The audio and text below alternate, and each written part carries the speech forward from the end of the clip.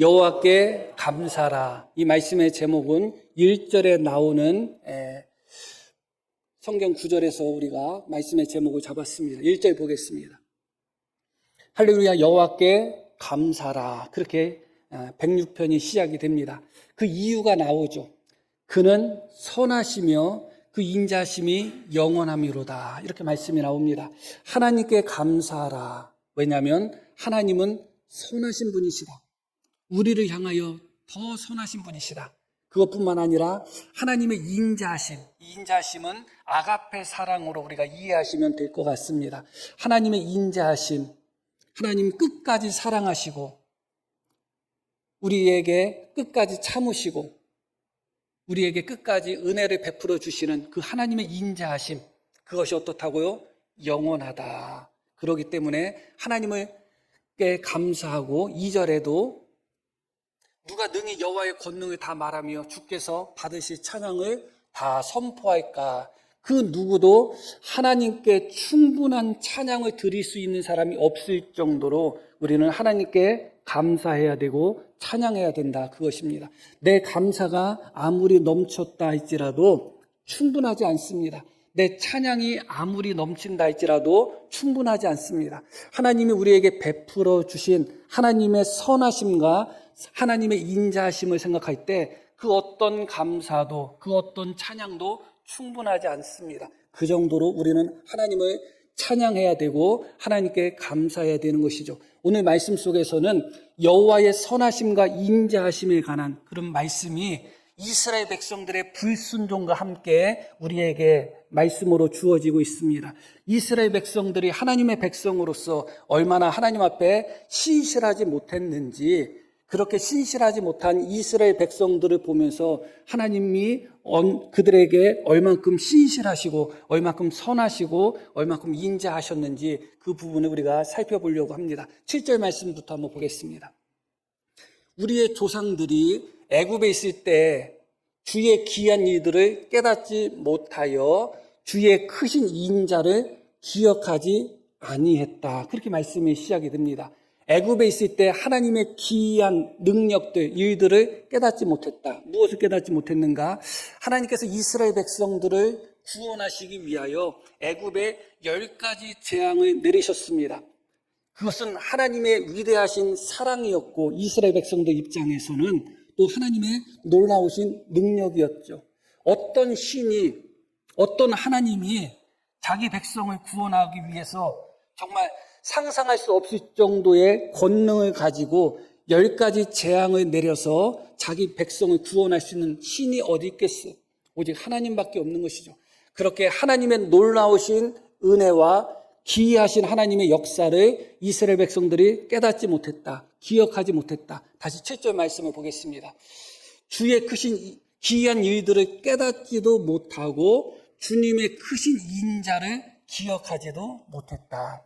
10가지 재앙을 내리실 때 하나님은 위험한 재앙 또 큰 재앙에는 이스라엘 백성들을 항상 구별하셨어요. 그게 중요한 것이죠. 애굽에 재앙을 내렸지만 애굽에 살고 있는 모든 사람들이 그 재앙을 당한 것이 아니라 하나님의 백성, 이스라엘 백성들은 그 재앙에서 면제되었어요. 그리고 오직 하나님께 대적하는 바로와 애굽 백성들에게 하나님의 재앙이 내렸죠. 이것은 하나님의 크신 인자하심을 보여주고 있는 것입니다. 요즘 항암제가 점점 좋아진다고 하지만 아무리 좋아져도 암만 공격하는, 암세포만 공격하는 100% 그런 항암제는 없습니다.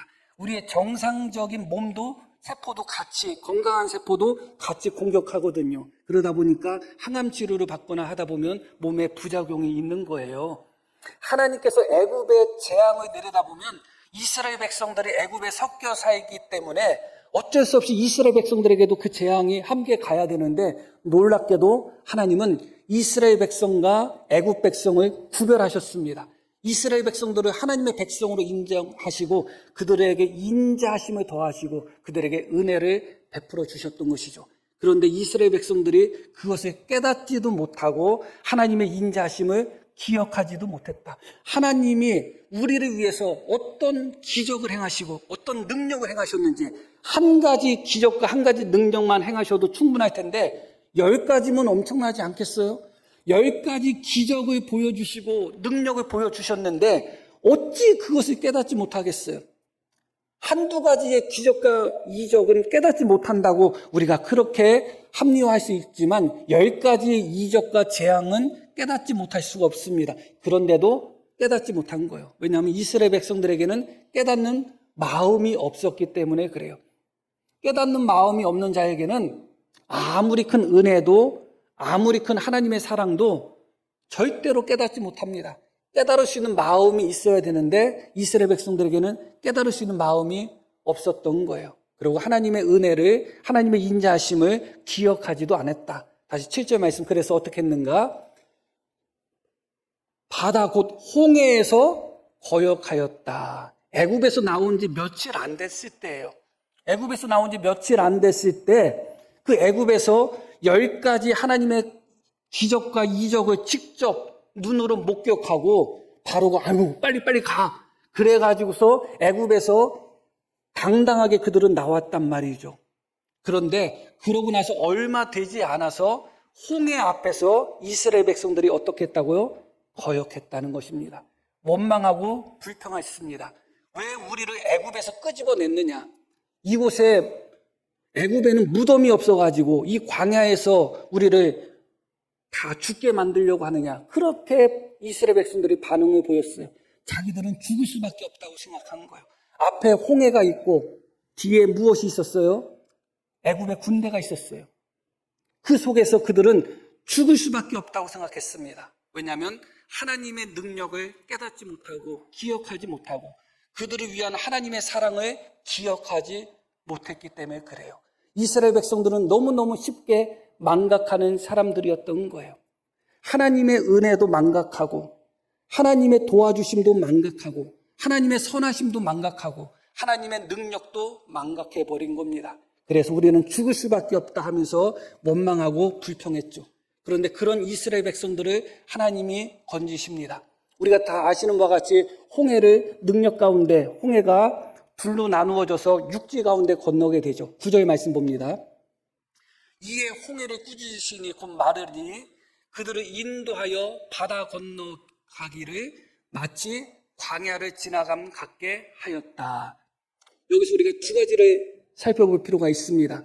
이스라엘 백성들이 그 홍해를 건넜는데 바다 건너기를 마치 마른 땅을 건너듯이 했다. 그렇게 말씀이 나와요. 이스라엘 백성들이 홍해를 건넌 것은 믿음으로 건넌 것이 아닙니다. 이스라엘 백성들이 홍해를 건넌 것은 하나님께 순종함으로 건넌 것이 아니에요. 그들은 여전히 하나님의 은혜도 하나님의 권능도 기억하지 못하고 깨닫지 못했던 사람들이에요. 홍해 앞에서 하나님을 바라봤던 사람이 아니라 홍해 앞에서 왜 우리를 애굽에서 인도했느냐, 우리 다 죽게 생겼다 하면서 원망하고 불평했던 사람들이에요. 바로 그 사람들을 하나님은 홍해를 건너게 하셨단 말이죠. 믿음으로 건넌 게 아니잖아요. 누가 봐도 순종으로 건넌 것이 아닙니다. 결국은 그들이 홍해를 건넌 것은 그들의 믿음과 순종이 아니라 하나님의 인자하심과 선함으로 말미암아 건넌 거예요. 우리의 인생의 홍해도 마찬가지입니다. 우리의 인생의 광야도 마찬가지입니다. 우리의 삶을 광야라고 표현하고 있잖아요. 우리의 광야 같은 우리 인생은 우리가 정말 믿음으로 승리하고 순종으로 승리하며 살아가나요? 그렇지 않습니다. 언제나 홍해는 우리의 믿음으로 건너야 되지만 언제나 우리는 하나님의 은혜와 권능을 기억하지 못하고 믿음으로 하나님을 바라보지 못하기 때문에 사실은 우리의 믿음으로 홍해를 건너지 못하고 하나님의 은혜로 건너는 것이죠. 이스라엘 백성들이 바로 그런 모습이었던 것입니다. 하나님의 인자하심으로 건넜다는 겁니다. 하나님의 선하심으로 건넜다는 것입니다. 그렇기 때문에 너희는 하나님을 찬양하고 하나님께 감사하라는 것입니다. 그 순간에 하나님이 절대적인 기준으로 이스라엘 백성들에게 믿음을 요구하셨다면 이스라엘 백성들은 아무도 건너지를 못합니다. 믿음 없음에도 불구하고 하나님의 은혜를 깨닫지도 못하고 하나님께 감사하지도 못하고 원망하고 불평하는 입술을 가진 그들을 하나님은 홍해를 건너게 하셨습니다. 그런데 더 놀라운 말씀이 9절에 나와요. 다시 보겠습니다. 이에 홍해를 어떻게 했다고 나와요? 꾸짖으셨다. 그렇게 말씀이 나와요. 이게 놀라운 말씀이에요. 다르게 해석할 필요가 없습니다. 하나님이 홍해를 꾸짖으셨다는 겁니다. 꾸짖음을 당해야 되는 대상은 홍해가 아니에요. 이스라엘 백성이에요. 너희가 어찌 애굽에서 행한 나의 이적과 기적을 10가지나 보고서도 왜 이렇게까지 완악하고 깨닫지 못하고 하나님을 믿지 못하느냐. 그렇게 이스라엘 백성들을 꾸짖으셔야 되는데 하나님은 그 이스라엘 백성들의 앞을 막고 있는 홍해를 꾸짖으셨다는 거예요. 왜냐하면 여호와는 선하시고 인자하심이 영원하기 때문에 그래요. 내가 혼나겠지 생각했는데 내가 혼나지를 않았어요. 오히려 하나님은 홍해를 책망하시고 꾸짖으셨다고 말씀합니다. 이것과 똑같은 단어가 나오는 장면이 여러 군데가 있지만 그 중에 하나가 어떤 장면이 있는가? 스가랴 선지자가 환상을 보는 장면이 나와요. 말씀을 찾진 않겠습니다. 그런데 어떤 환상을 봤냐면 그때 당시에 대제사장인 여호수아가 하늘 법정에 있는 환상을 봅니다. 하나님 보좌 앞에 여호수아 대제사장이 서 있고 사탄이 그 옆에 있습니다. 사탄이 여호수아를 대적하고 참소합니다. 그런데 그때 여호수아가 입고 있는 옷이 무엇이냐? 더러운 옷을 입고 있다. 그렇게 말씀이 나옵니다. 스가랴 2장에 나오니까 돌아가서 찾아보시면 됩니다. 더러운 옷을 입고 있는 거예요. 더러운 옷을 입고 있다는 것은 무엇을 상징하는 거예요? 죄악을 상징하는 것입니다. 그 사람이 누구예요? 대제사장 여호수아예요. 다른 사람도 아니고 대제사장 여호수아가 더러운 예복을 입고 있는 거예요. 온갖 죄악으로 더럽혀진 예복을 입고 있는 거예요. 그렇고 하나님 앞에 서니까 사탄이 어떻게 해요? 참소하는 거예요. 전 대제사장인데 거룩한 하나님의 백성인데 저렇게 죄악 가운데 저렇게 더럽게 살았습니다 하면서 여호수아를 대적하고 참소합니다. 그런데 하나님이 놀랍게도 뭐라고 말씀하시느냐? 사탄아, 내가 너를 책망한다. 사탄아, 내가 너를 꾸짖는다.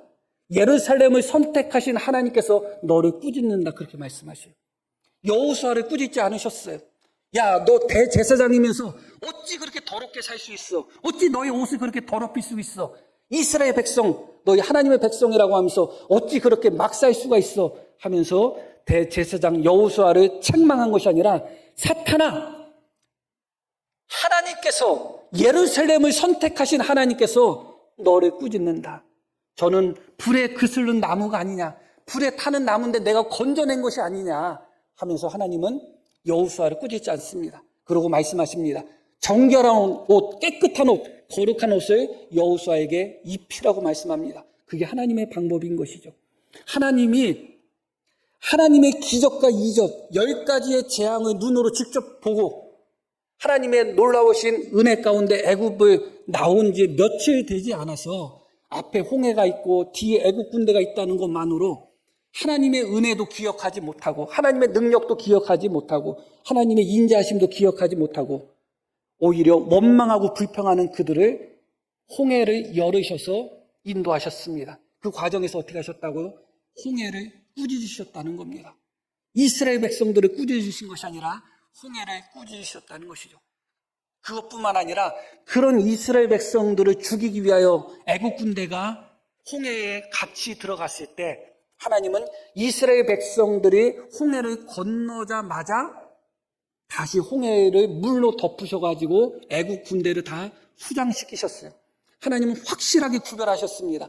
애굽에서도 이스라엘 백성과 애굽 백성을 구별하신 하나님이 홍해 앞에서도 구별하셨던 것입니다.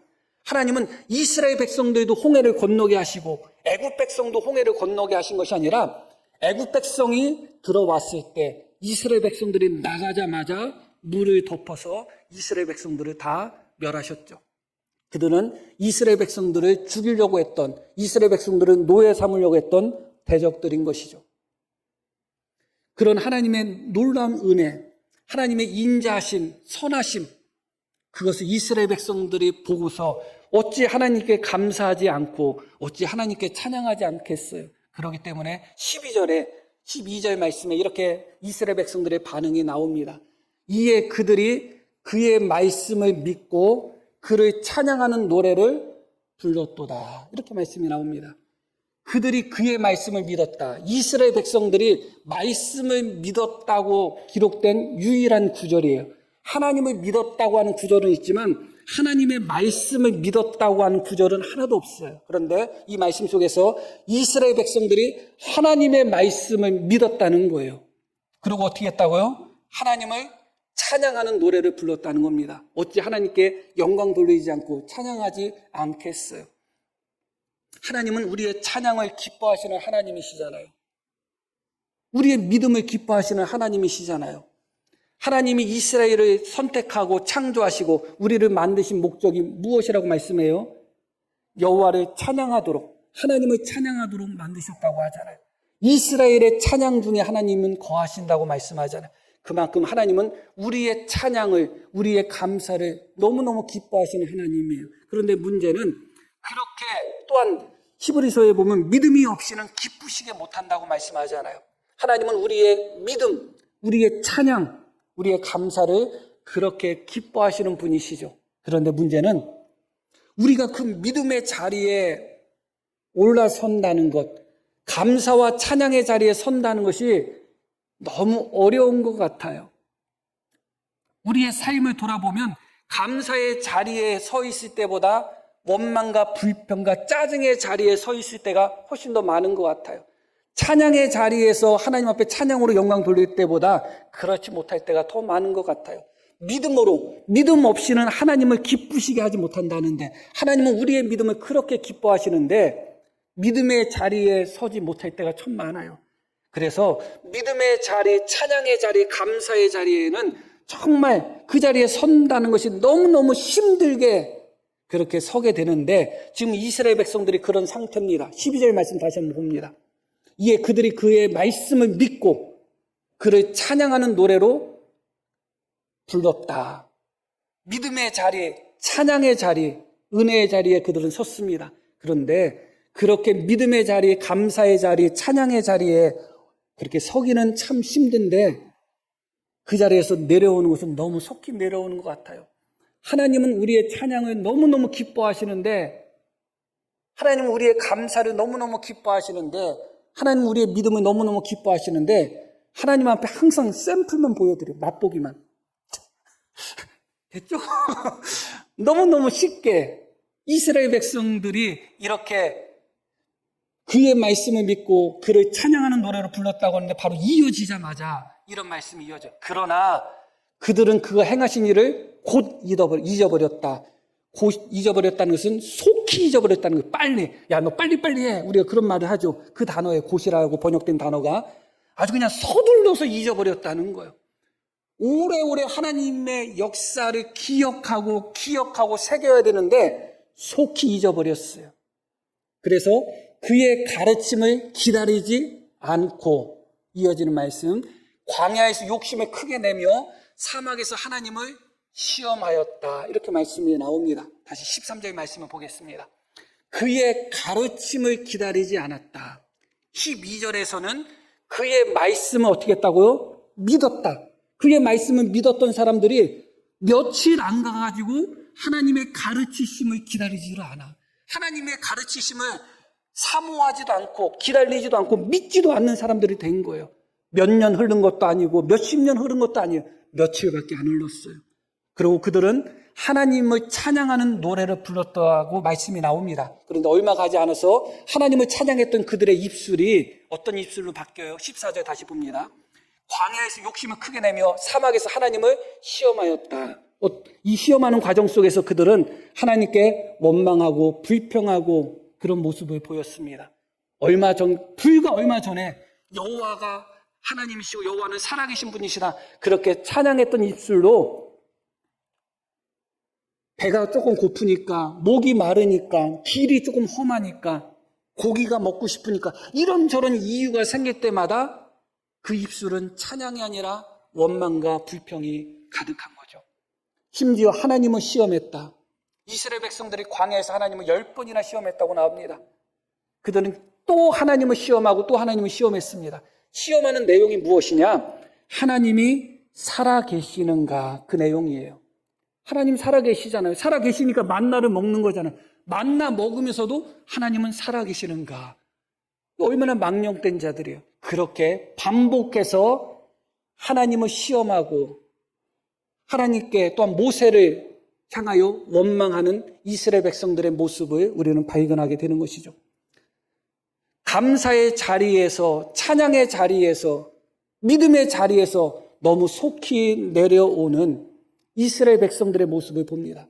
그 자리에 올라가는 것은 너무너무 힘들게 올라가 놓고 믿음과 감사와 찬양의 자리에서는 너무 신속하게 내려옵니다. 왜냐하면 그들은 잊어버리기 때문에 그렇습니다. 하나님의 은혜를 잊습니다. 하나님의 사랑을 잊어버리는 거예요. 그리고 자신들이 하나님을 향하여 외쳤던 자신들의 찬양을 잊어버리는 것입니다. 이제 하나님만 섬기겠습니다. 하나님만 영광 받아주세요. 오직 나는 믿음으로 살겠습니다. 이제 세상과 짝하지 않겠습니다. 나는 오직 주님을 사랑하면서 살겠습니다. 그렇게 자기가 했던 맹세조차도 잊어버리고 하나님이 주신 은혜도 잊어버리고 하나님이 구원하신 하나님의 구원의 역사도 잊어버리는 이스라엘 백성들의 모습을 보면서 우리의 모습도 그들의 모습과 멀리 떨어져 있지 않다 하는 생각을 다시 한번 하게 되는 것입니다. 이어지는 말씀 속에서는 본문을 읽지는 않았지만 이스라엘 백성들이 광야에서 또 이어지는 역사 속에서 계속해서 반복하여 하나님께 범죄하며 또 하나님의 은혜를 잊어버리는 역사를 기록하고 있습니다. 그런데 그럴 때마다 광야 40년 동안 이스라엘 백성들이 어려운 일이 있을 때마다 고난이 있을 때마다 시험이 있을 때마다 하나님의 은혜를 잊고 그들이 했던 일들은 원망불평이었죠. 원망불평할 때 항상 그들의 입에서 빠지지 않았던 것이 뭐예요? 애굽에 관한 말이에요. 애굽이 좋았다는 거예요. 항상 애굽이 좋았다는 거예요. 그렇게 애굽이 좋았나요? 남편 만나서 신세 절단 났나요? 옛날 처녀 때가 그렇게 좋았었나요? 모르겠어요. 항상 애굽이 좋았다는 거예요. 왜 애굽에서 우리를 이끌었느냐? 왜 애굽에서 우리를 이끌었느냐 하면서 언제나 그들은 애굽을 이야기합니다. 그들의 몸은 애굽에서 나왔지만 그들의 마음은 애굽에 남아 있었어요. 마음을 애굽에 남겨두고 몸만 나와 버렸어요. 교회라는 뜻이 무엇이냐? 세상에서 불러냈다는 의미예요. 성도들은 세상과 구별되고 세상에서 불러냄을 받은 사람들이 성도예요. 그런데 우리의 마음은 여전히 세상에 남아있어요. 이스라엘 백성들이 애굽에서 나올 때 그들 마음에 애굽을 품고 나왔어요. 애굽을 가지고 나왔어요.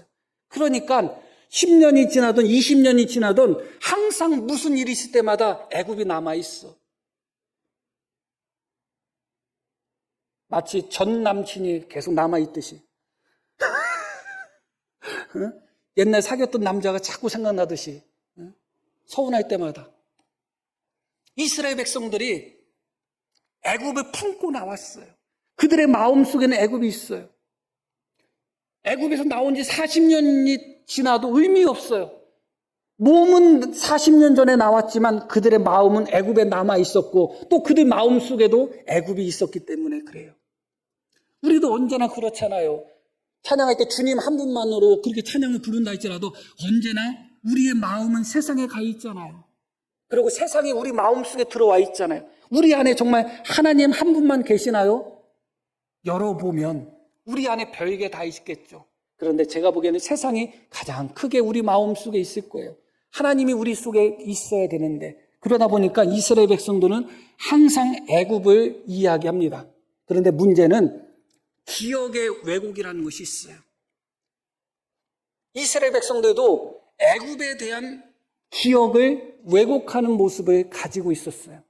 언제나 애굽을 좋게 생각했어요. 마치 애굽이 천국인 것처럼 애굽에 고기 까마 곁에서 자기들이 고기 까마 곁에서 해봤자 뭐 했겠어요? 노예들이 고기 거먹었겠어요?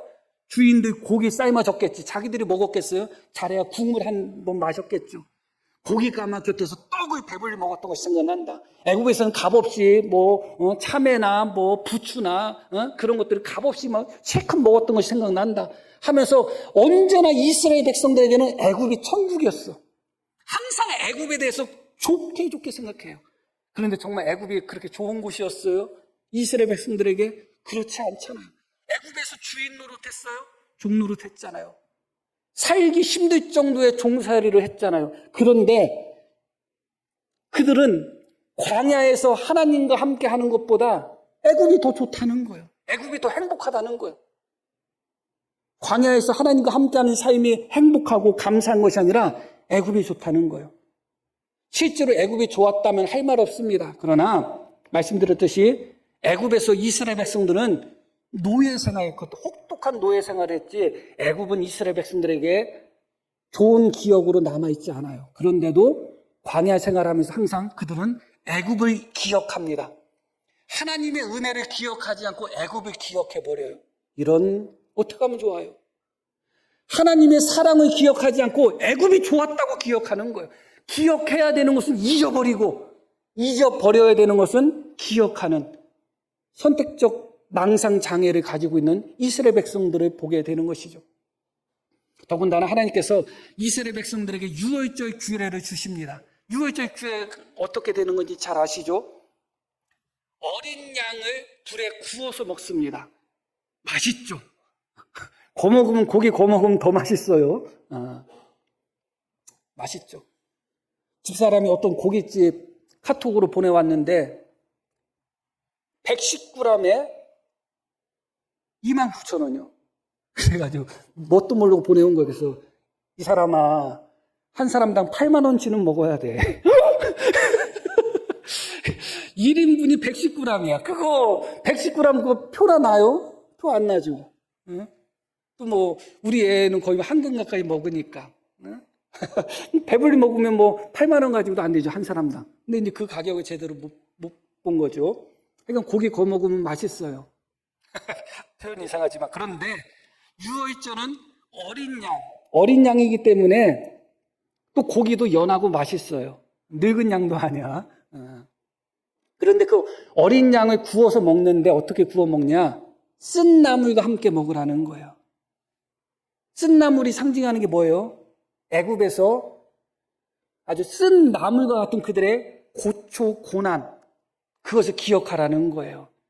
애굽에 대해서 하나님은 기억하라고 말씀하셨어요. 그런데 뭘 기억해야 되냐? 애굽은 너희에게 쓴 나물과 같은 존재라는 거예요. 그래서 유월절을 먹을 때 달콤한 고기와 쓴 나물을 같이 먹으라는 거예요. 그런데 이런 어리석은 이스라엘 백성들이 달콤한 고기와 쓴 나물을 같이 먹다 보니까 쓴 나물이 쓰게 안 느껴졌나 봐요. 나중에 그들의 입을 달콤하게 만든 것은 애굽의 쓴 고통, 쓴 나물과 같은 애굽이 아니라 그들의 입을 달콤하게 만든 것은 하나님이 그들에게 허락하여 주신 어린 양의 고기였어요. 어린 양의 고기가 달콤하고 맛있거든요. 그런데 정작 그들은 애굽이 달콤하다는 거예요. 기억의 왜곡이죠. 어렸을 때 약을 제대로 못 먹고 쓴 것을 제대로 못 먹어서 엄마가 사탕을 먹이니까 나중에 자기가 약 잘 먹었는지 알고 또 약이 달콤했다고 착각하는 것처럼 약이 달콤한 게 아니라 사탕이 달콤했던 거죠. 하나님이 주시는 은혜가 달콤한 것이지 애굽의 쓴뿌리가 달콤한 것이 아니잖아요. 쓴나물이 달콤한 게 아니잖아요. 그런데 이스라엘 백성들은 애굽이 달콤했다는 거예요. 애굽이. 광야에서 하나님과 함께하는 그 삶이 달콤한 게 아니라 애굽에 살았던 쓴나물과 같은 그런 삶이 달콤하다고 그들은 생각하고 있는 것이죠. 기억의 왜곡인 것입니다. 그러다 보니까 입만 열면 애굽이 좋다고 생각하는 거예요. 애굽이 달콤하게 느껴진다면 그것을 달콤하게 만드는 쓴나물과 같은 애굽을 달콤하게 만들어주는 하나님의 은혜인 어린 양의 고기가 있었기 때문에 그런 거예요. 그나마 우리가 세상 살아갈 때 세상이 달콤하게 느껴진다. 세상이 살만하고 달콤하다.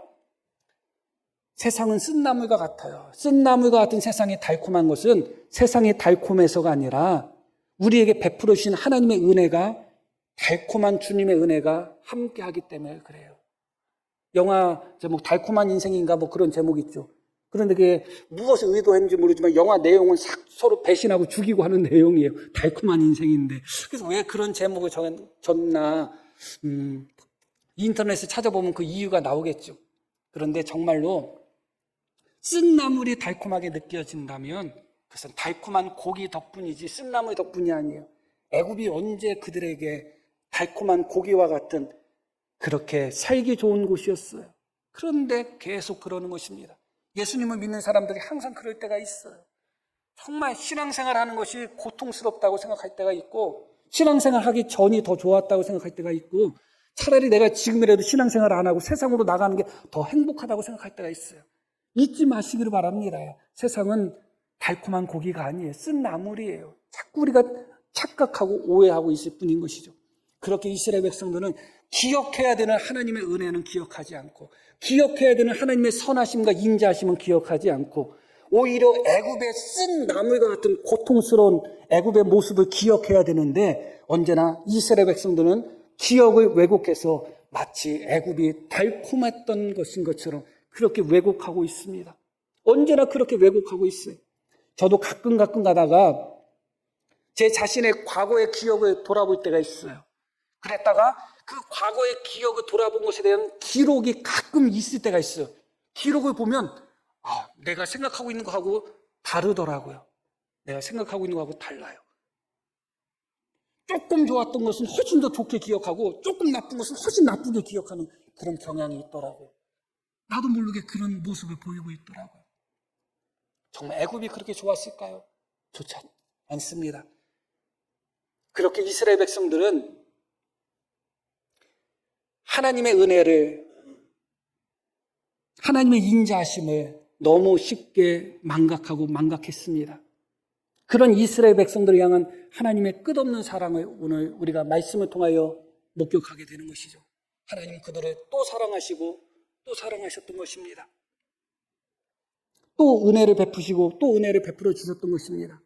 하나님의 은혜를 기억하지 못하는 그들에게, 하나님의 사랑을 기억하지 못하는 그들에게, 너무 쉽게 망각하는 그들에게, 그럼에도 불구하고 하나님은 달콤한 어린 양처럼 그들에게 은혜를 베풀어 주신 것이죠.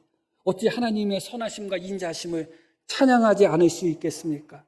어찌 하나님의 선하심과 인자하심에 감사하지 않을 수 있겠어요? 그런 하나님의 모습을 43절부터 이렇게 표현하고 있습니다. 여호와께서 여러 번 그들을 건지시나, 여러 번 건지셨다는 것은 여러 번 그들이 또 망각하고 또 하나님을 배반하고 그랬다는 거죠. 여러 번 그들을 건지시나 그들은 그때마다 교묘하게 거역하며 자기 죄악으로 말미암아 낮아짐을 당하였도다. 계속 그러나 여호와께서 그들의 부르짖음을 들으실 때에 그렇게 하나님을 또 거역하고 또 거역하고 또 거역하고 하나님의 은혜를 또 망각하고 감사하지 못하고 찬양하지 못하는 그들의 부르짖음을 들으실 때에 그들의 고통을 돌보시며 그들을 위하여 그의 언약을 기억하시고 그 크신 인자하심을 따라 뜻을 돌이키셨다. 그들을 위하여 어떻게 하셨다고요? 그의 언약을 기억하셨다. 이스라엘 백성과 하나님의 결정적인 차이가 바로 여기 있는 것입니다. 이스라엘 백성들은 기억하지를 않아요. 잊어버려요. 그러나 하나님은 계속 이스라엘 백성들에게 했던 약속을 기억하고 계시는 거예요. 아브라함에게 했던 약속, 너의 후손들이 복을 받을 거야. 너의 후손들과 내가 함께 할 거야. 너의 후손들은 나의 백성이 될 거야.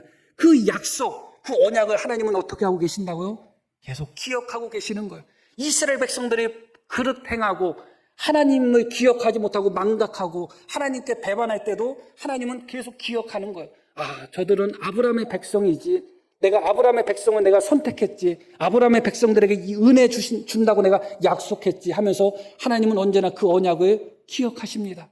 그런데 우리는 하나님의 은혜도 너무 쉽게 잊어버리고 우리의 맹세도 너무 쉽게 잊어버리고 우리의 믿음의 결단도 너무 쉽게 잊어버리는 그런 모습 속에서 정말 하나님을 온전히 쫓아가지 못하는 우리의 모습을 발견하게 되는 것이죠. 언제나 기억하시는 하나님, 우리는 잊어버려도 기억하시는 하나님, 그 하나님께 어찌 우리가 감사하지 않고 찬양하지 않고 그럴 수 있겠습니까? 그렇기 때문에 시편 기자는 결론적으로 이렇게 말씀을 마무리합니다. 47절 말씀 봅니다. 여호와 우리 하나님이여 우리를 구원하신 여러 나라로부터 모으시고 우리가 주의 거룩하신 이름을 감사하며 주의 영예를 찬양하게 하소서. 우리가 하나님의 거룩하신 이름을 어떻게 감사하며 주님의 영예를 영광스러움을 찬양하게 하소서 하면서 마지막 절 이렇게 마무리됩니다. 여호와 이스라엘 하나님을 영원부터 영원까지 찬양할지어다. 모든 백성들은 아멘 할지어다. 딴 생각하지 말고 모든 백성은 아멘 할지어다. 여호와 이스라엘 하나님을 영원부터 영원까지 찬양할지어다. 내가 지금 힘들게 살고 있기 때문에 나는 지금 찬양하기 어려워. 나는 지금 고난 속에 있기 때문에 찬양하기 어려워. 나는 기도의 응답도 못 받았기 때문에 찬양하기 어려워. 나는 내가 원하는 거 하나도 갖지 못했는데 무슨 하나님을 찬양해. 그런 어리석은 생각하지 말고 모든 백성들은 아멘 할지어다. 이 마지막 말씀이 어떻게 보면 저와 우리 모두에게 필요한 말씀이에요. 하나님의 말씀을 전할 때 하나님의 말씀을 듣는 자의 자세가 이 자세여야 되는 것입니다. 모든 백성은 하나님 말씀 앞에서 아멘 할지어다. 이스라엘 하나님은 영원부터 영원까지 찬양하며 그 하나님께 감사로 영광 돌릴 수 있는 우리 모두가 되기를 소망합니다. 자, 우리 들으신 말씀 기억하며 우리 함께 기도하시겠습니다.